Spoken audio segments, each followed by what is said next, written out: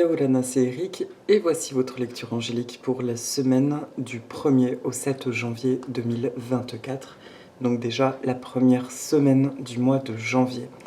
J'espère que vous avez passé des joyeuses fêtes, que vous allez bien, que vous avez ressenti, en tout cas partagé de la chaleur, de la belle simplicité et surtout que vous avez pu prendre le temps tout de même de vous reposer.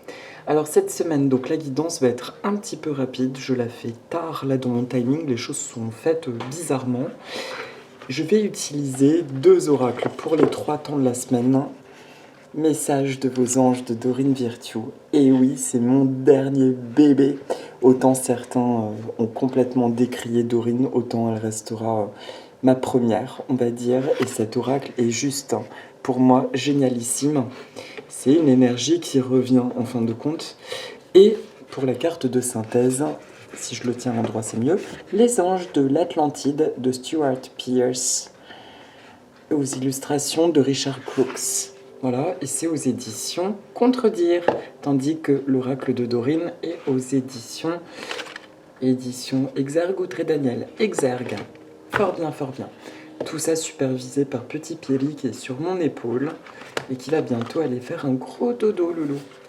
Alors, c'est parti pour le début de semaine. Donc, welcome in the Doreen's World. Voilà. Donc, alors, comment je vais disposer? Oui, j'ai pas tout pensé à mon petit truc là. Alors, voilà. Bon, il y a un petit peu d'ombre.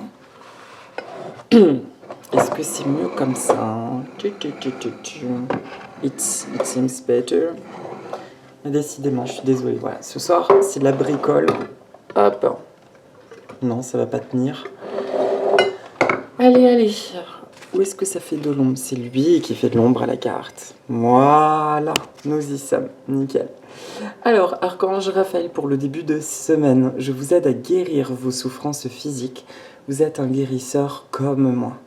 Alors, pour le début de semaine, donc le tout début d'année, s'annonce sur cette énergie de guérison. Là, je vais pas trop parler des archanges.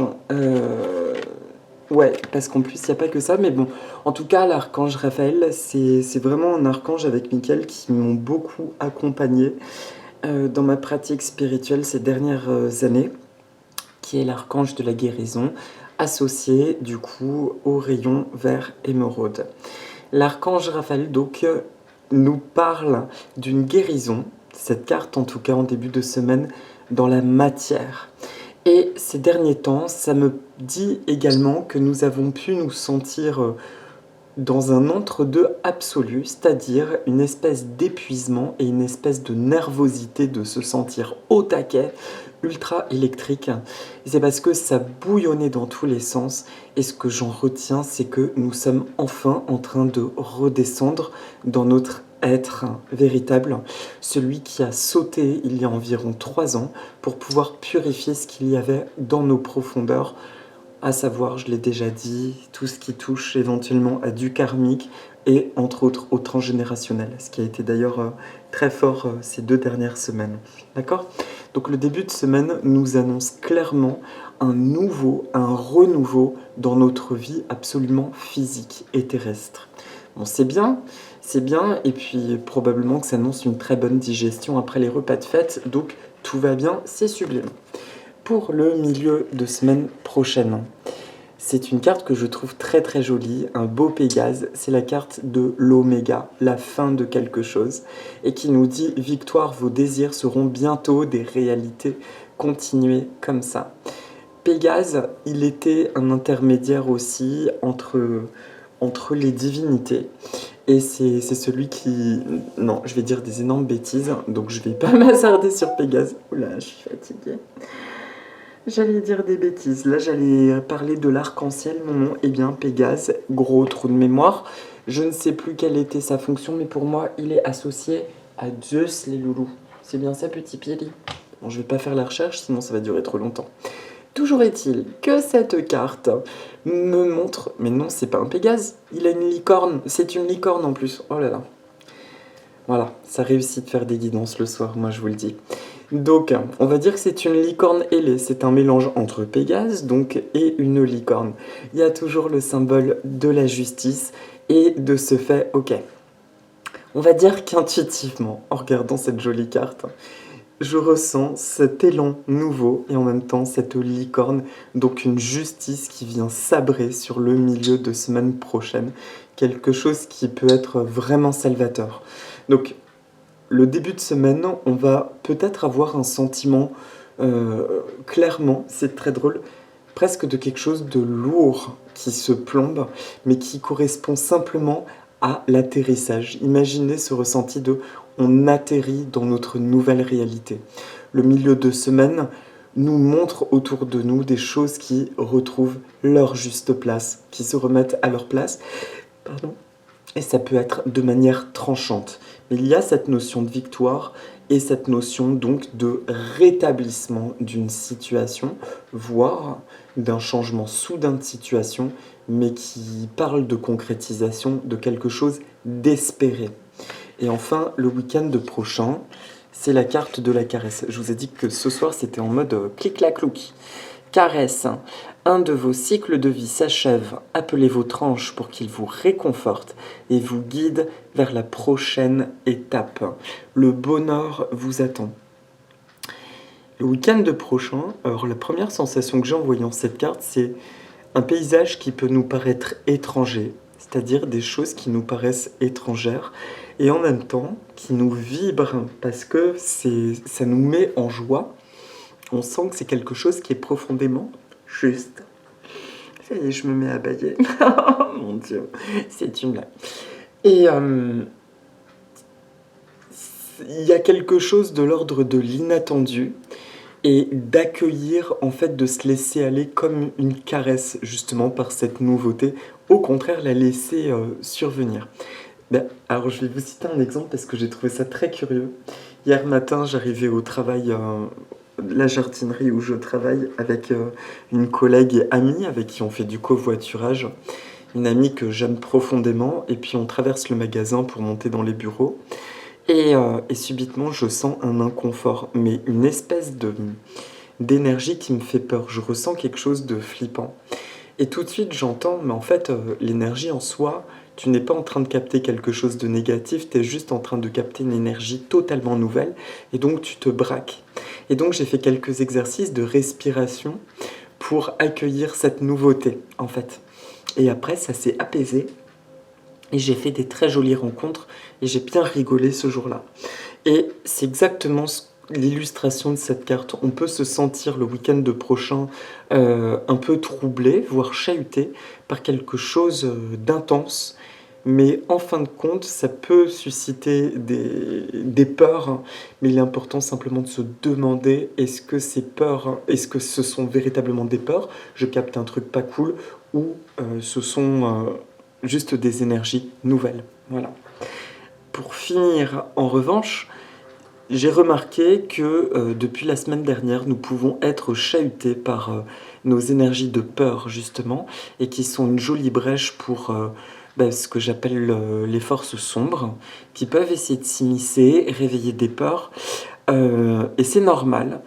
Et c'est ce que me disait d'ailleurs mon amie Barbara. J'ai vécu tout à l'heure d'ailleurs un truc assez bizarre où je suis rentrée dans des pensées très très sombres. Au bout d'un moment, je me suis dit, mais en fait, qu'est-ce qui se passe là? Qu'est-ce qui se passe? Ça commence à aller vraiment bien. Tu vois les choses d'une manière nouvelle. Qu'est-ce qui se passe? Et du coup, je me suis purifiée, j'ai purifié mon intérieur et je me suis mis à faire des affirmations positives et ça allait bien mieux derrière. Donc c'est juste pour vous dire de ne pas lésigner tout de même dès que vous sentez un petit truc un peu négatif sur soit une notion de purification ou de protection. Parce que oui, nous allons de mieux en mieux. Maintenant, effectivement, notre part L+, reptile, j'ai envie de dire basse fréquence, puisque nous portons les deux émanations, peut essayer de titiller et de reprendre le dessus, puisqu'elle ne comprend pas le mode de fonctionnement dans lequel nous sommes en train de rentrer.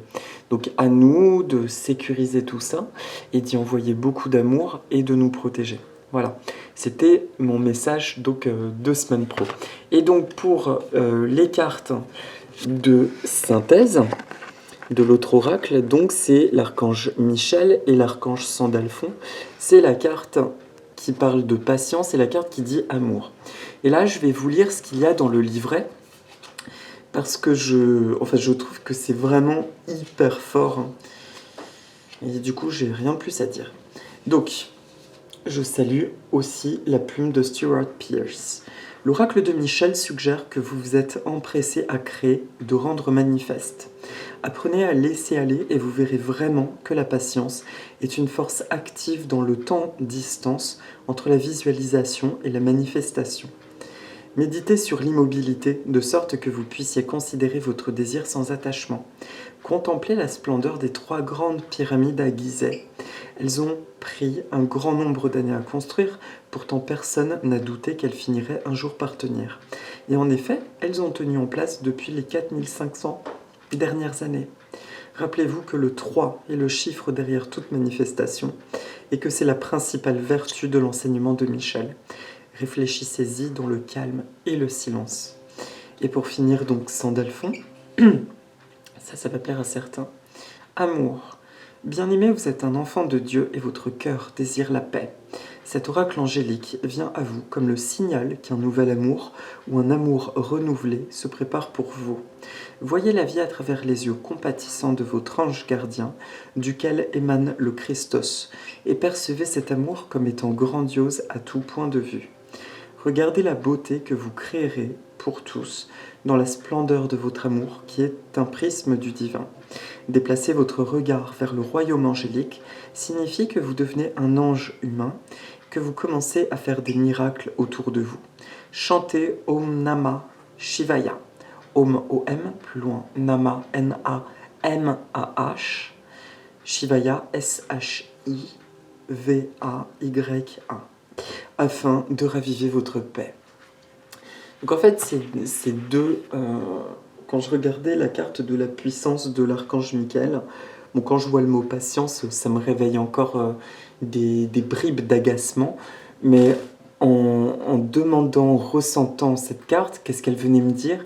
Elle venait surtout m'expliquer que de ne pas s'inquiéter si on a l'impression que ça bouscule, que beaucoup de choses bougent, mais qu'on ne voit pas exactement ce qui s'en vient. C'est quoi la finalité? Ça m'a réconforté sur cette notion de non mais t'inquiète pas, c'est vraiment ce que tu désires qui est en train de se mettre en place, mais observe finalement tout l'engrenage, tous les éléments qui se mettent en place et fais confiance. Et d'ailleurs, pour certains, il y aura de toute façon manifestation. Cette pyramide, vous voyez, il y a cette notion presque de laser, une énergie qui est dirigée précisément vers quelque chose. Et cette carte vient simplement nous rassurer en disant ça bouge dans tous les sens, mais rassure-toi, ça vient bien dans le sens escompté. Sandalphon, lui, nous rappelle ce positionnement, il est baigné, vous voyez, dans l'énergie de cette pierre. C'est le rappel de ce que je vous ai expliqué tout à l'heure, que oui, nous avons deux aspects, un aspect reptilien et un aspect d'étincelle divine, j'allais dire d'amour et de lumière. Et donc simplement, il nous est demandé de nous recentrer dans notre amour quand nous en ressentons le besoin. Et de remercier cette autre part reptilienne, elle a existé, enfin elle existe, elle nous a permis d'ailleurs d'évoluer dans la matière avec ses anciennes règles, mais elle peut se reposer dorénavant. Elle n'a plus besoin de fonctionner de la même manière, à savoir dans les peurs primitives. D'accord? Et étant donné qu'elle fait partie de nous, on lui envoie de l'amour. C'est une partie de notre essence. C'est notre yin et yang, simplement à son tour de se reposer et de laisser notre yin plutôt évoluer dans les énergies actuelles. Chacun son tour et tout va bien, c'est comme ça. Et il y a ce point d'équilibre. Et d'ailleurs, cette part, j'ai envie de dire, de reptile, on peut quand même la saluer parce que elle nous a aidés franchement à survivre par le passé. Voilà.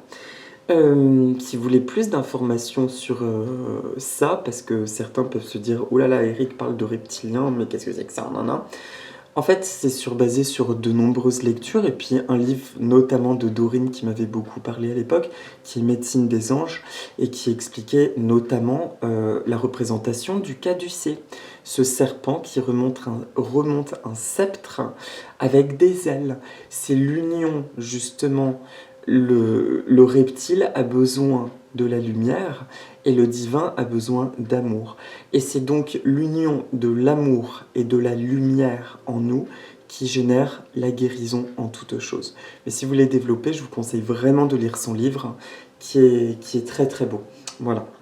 Et aujourd'hui, c'est notre part reptile qui recherche justement la lumière, ce qui est assez intéressant d'ailleurs. À méditer. Voilà mes amis pour la guidance de la semaine. Et pour la petite méditation, je fais donc apparaître le Strelitzia reginae, alias l'oiseau de paradis, très connu. C'est une plante là que j'ai photographiée à mon travail, qui en a un magnifique pied.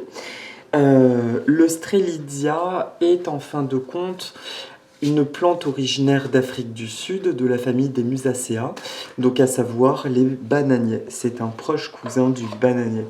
Et le Strelitzia est une plante qui représente le ciel et le céleste et le divin, le fait d'atteindre le ciel. Donc il y a cette notion d'être victorieux, de triompher sur des ombres et enfin de pouvoir jouir aussi d'une notion de paradis sur terre.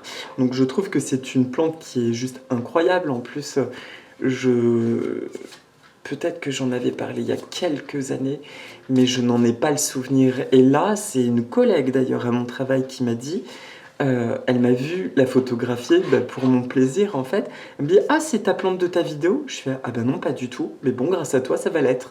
Et donc je trouve ça énorme parce que c'est une copine, collègue qui du coup m'a mis le doigt sur cette plante. Donc voilà, l'oiseau de paradis, c'est notre phénix qui vient de renaître, qui a grandi et qui peut se déployer. Donc encore une fois, je vous dis, le mot pour moi associé à cette plante, c'est paradis sur terre. Pour la parenthèse botanique, c'est une plante très très facile à vivre. Dans le midi, elle peut vivre toute l'année dehors.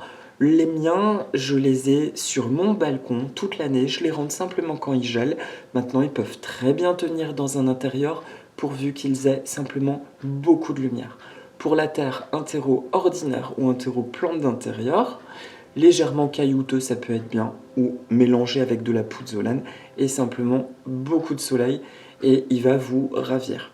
Simplement, qu'on les achète petits, il faut attendre une dizaine d'années avant qu'ils fleurissent. C'est le seul truc à savoir. Maintenant, c'est une plante merveilleuse et qui adore séjourner l'été dehors. Et il y a son cousin, l'oiseau de paradis, le Nicolae, qui est de plus en plus en vogue dans les jardineries, qui fait des très grandes feuilles, qui a des allures légèrement de bananier, mais qui fleurit pas avant d'avoir atteint 3 à 5 mètres de haut. Donc voilà, c'est quelque chose à savoir, mais il plaît beaucoup parce qu'il n'a pas besoin de grands pots et il peut devenir gigantesque tout en restant dans un pot assez petit.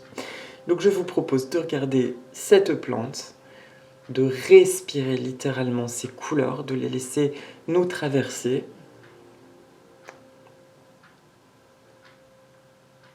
J'ai un petit oiseau de paradis sur l'épaule là, il fait bisous bisous. Tel un phénix, je me déploie à nouveau.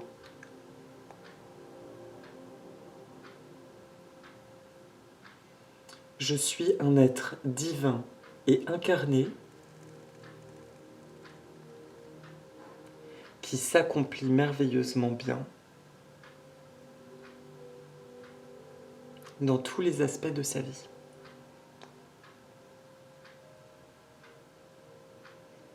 Je suis très heureux. Je découvre, telle une aventure, mon nouveau chapitre de vie.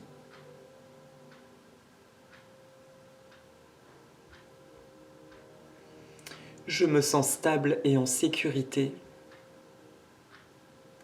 à chaque fois que je reviens à l'énergie de mon cœur. Je précise, il suffit simplement de visualiser une sphère de lumière blanche, rose ou vert émeraude dans la région du cœur. Ce qui vous parle, mais de visualiser cette sphère et de la ressentir, d'accord?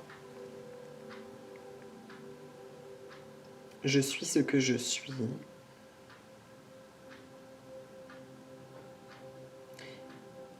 Les difficultés sont derrière moi et je peux enfin profiter de ma vie.